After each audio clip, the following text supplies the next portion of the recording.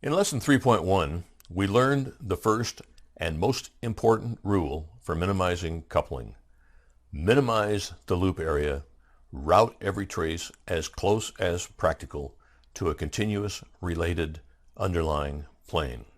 And we talked about what close as practical meant, and we talked about why these three adjectives are all so important.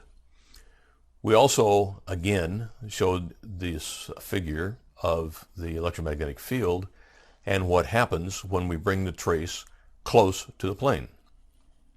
The electromagnetic field tends to be captured between the trace and the plane.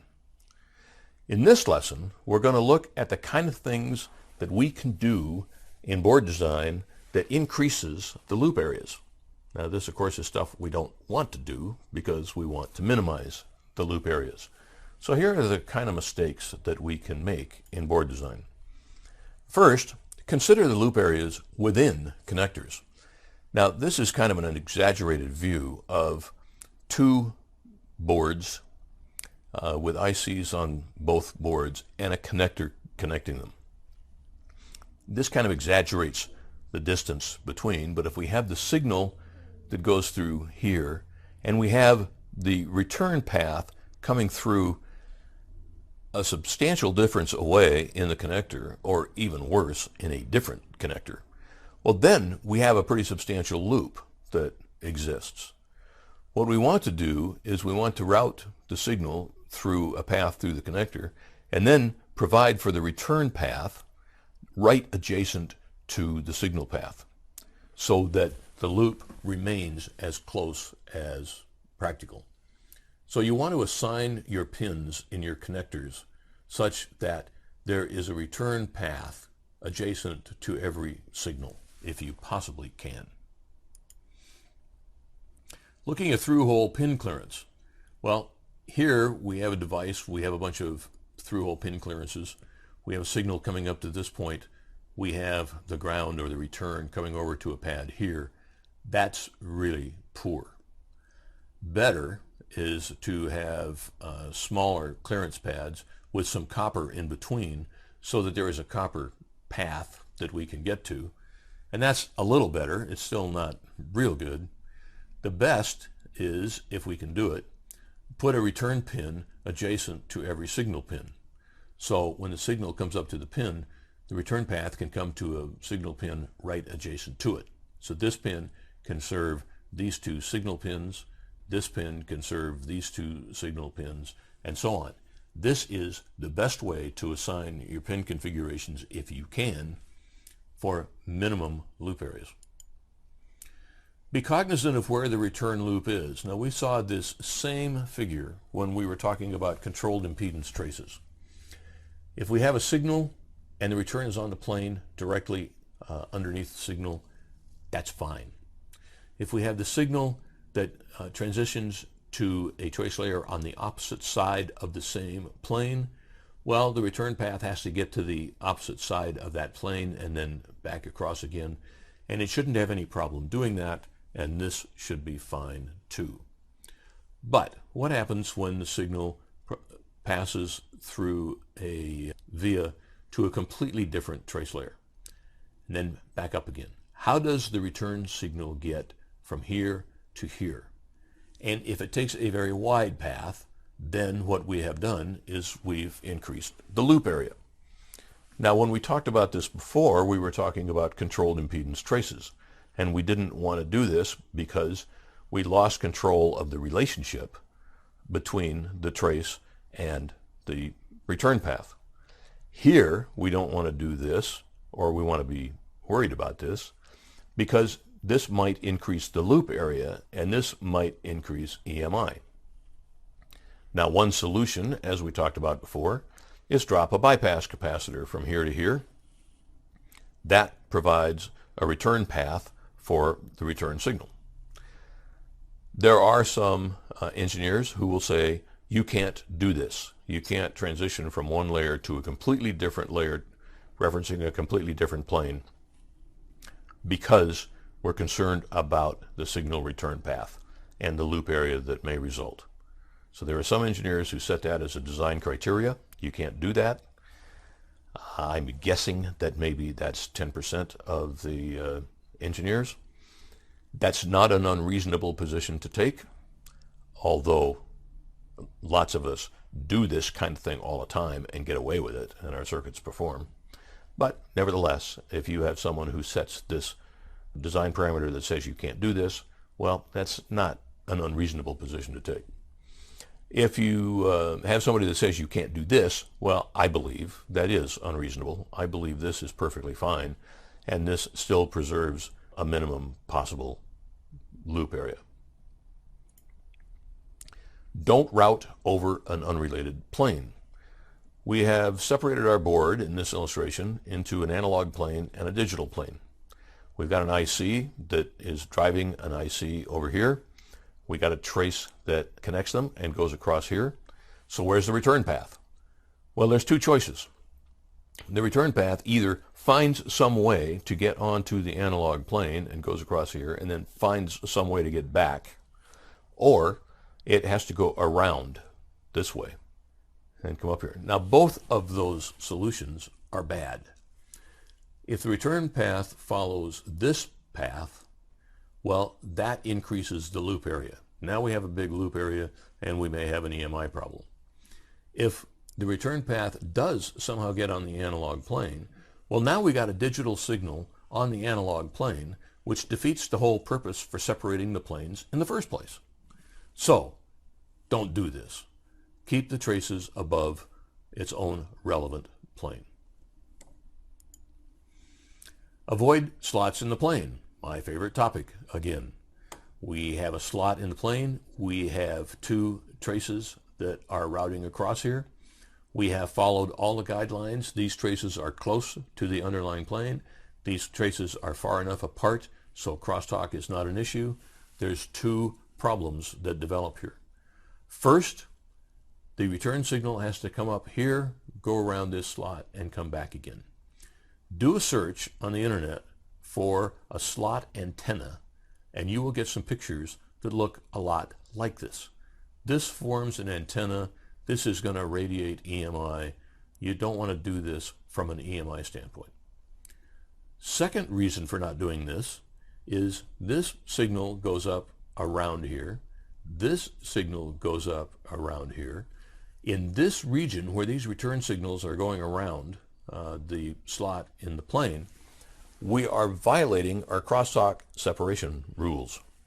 So these traces are not crosstalking, but these return signals are crosstalking as they go up around this path. So when we've got this slot in the plane, we've got two potential problems. We've got an EMI problem and we've got a crosstalk problem. And previously, we had a loss of impedance control problem when we did this. So there's three really strong reasons not to do this, and there are no good reasons to do it. Now, loop areas can be subtle. Remember how current flows down a trace? We have a signal propagating down a trace, and the signal crosses through the distributed capacitance between the trace and the plane. There's no direct capacitive coupling here, but there's a distributed capacitance that allows the current to propagate down the trace. Well, the same thing happens with antenna designs. Here is an antenna feed. Here's the positive feed. Here's the return feed for the antenna. There's a dipole antenna. So the signal propagates down here, comes out this leg of the dipole antenna, couples through the distributed capacitance to the other leg of the antenna, this distributed capacitance here, and then the signal propagates back to the transmitter again. This is how the current flows through a dipole antenna. If we look at a vertical antenna, either mast antenna or maybe a car-mounted CB antenna, we have the same thing. We have an antenna feed that comes in here, the return signal coming back to the transmitter here. The antenna feed comes out here, goes up the mast, and we have distributed capacitive coupling down to some sort of ground. Now, this ground might be the roof of the car. The ground might be some copper wires radiating out from the base, out across the earth. The ground might be a wire mesh screen that's laid out in a field around the mast antenna. There's a variety of different ways that we can accomplish this, but the principle is we drive the signal down here up the mast, we couple through the distributed capacitance out to a planar ground field, return field. The return comes up this way and back into the transmitter. Well, now let's look at this from the standpoint of what might be happening in one of our circuits. Here we have a metal enclosure. Here we have a circuit board within that enclosure. Here we have a connector on the circuit board, and we're connecting a coax cable that's going to go out to the outside world. And we've done everything right. We've managed our grounds, we've matched our impedances, we've done everything correctly. But what if this shield on the coax cable is not at the same potential as the metal enclosure of the case? So we have a voltage difference between here and here, and it doesn't have to be real big. It just has to be different. Well, there's a distributed capacitance between this shield and this case where the coax cable is running through the shield. We can set up a radiation from this point. This looks just like a mast antenna. And so we can get EMI radiating away from this point, even though it looks like we've done everything right. Now, something like this can be really subtle, and this really is kind of beyond the scope of normal electrical engineering. And there are EMI compliance engineers who make a living consulting on problems like this. So there are people who can help you solve these kind of problems if they come up. But they can be really subtle, they can be difficult to troubleshoot, and they are related to the kind of things we've been talking about here. The second rule is to route traces in a strip line environment. Remember, our first rule was to minimize the loop area. Route every trace as close as practical to a continuous, related underlying plane. The second rule is to route the traces in a strip line environment. Now, that's not necessary, but it may help. It captures the electromagnetic field. I want to keep emphasizing it is very possible to have good performance from an EMI standpoint and from a crosstalk standpoint with microstrip traces. Nevertheless, it's even a little easier when we do it in a strip line environment. And remember the figure that we had showing the electromagnetic field in a microstrip environment versus a strip line environment. In the strip line environment, the field is completely captured between the two planes. The third rule for crosstalk is to separate the traces. Remember Howard Johnson's formula in his book, High-Speed Digital Design, A Handbook of Black Magic, on page 192. He has this formula here, which we can expand to this. Crosstalk is minimized when D is maximized, and crosstalk is minimized when H is minimized, up here.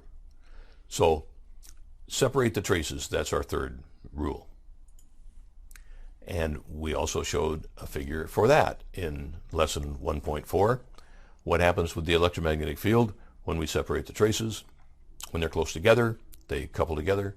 When we move them apart, there's much less coupling. Again, we know that intuitively, but here is an explanation for why that happens.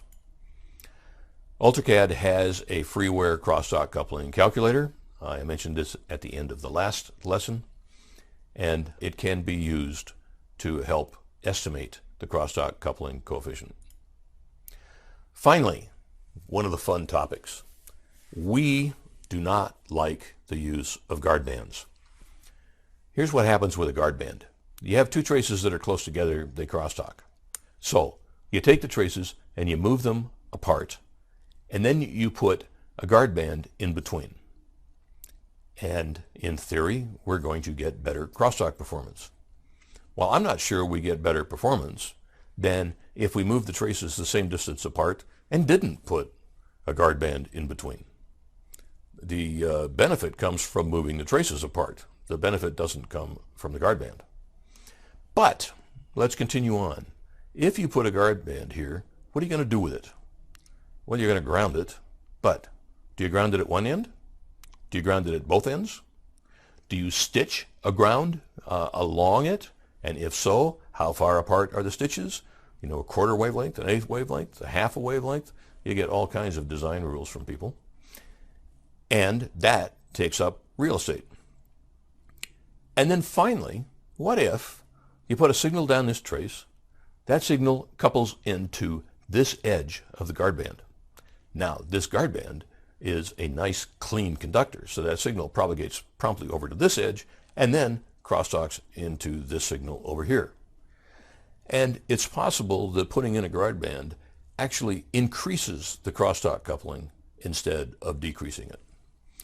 We have had customers who have insisted that we take all of our traces that they were concerned about crosstalk on, separate them and put in guard bands, and then got a nice chunk of money for going back and redesigning the board for taking the guard bands back out again because the customer found out they didn't work. We are not a fan of guard bands. We don't like them. So the takeaways from lesson 3.2. Minimize the loop area. Route every trace as close as practical to a continuous related underlying plane. That is probably the most important rule for printed circuit board design, and it is probably the one that is least controversial. I don't know of anybody who argues against that rule. Separate the traces, especially from a crosstalk standpoint, and you may want to route traces in a strip line environment. It makes control of radiated energy easier. I want to emphasize again, you can still get excellent results in a microstrip environment, but nevertheless, if you route the traces in a strip line environment, it's even a little bit easier.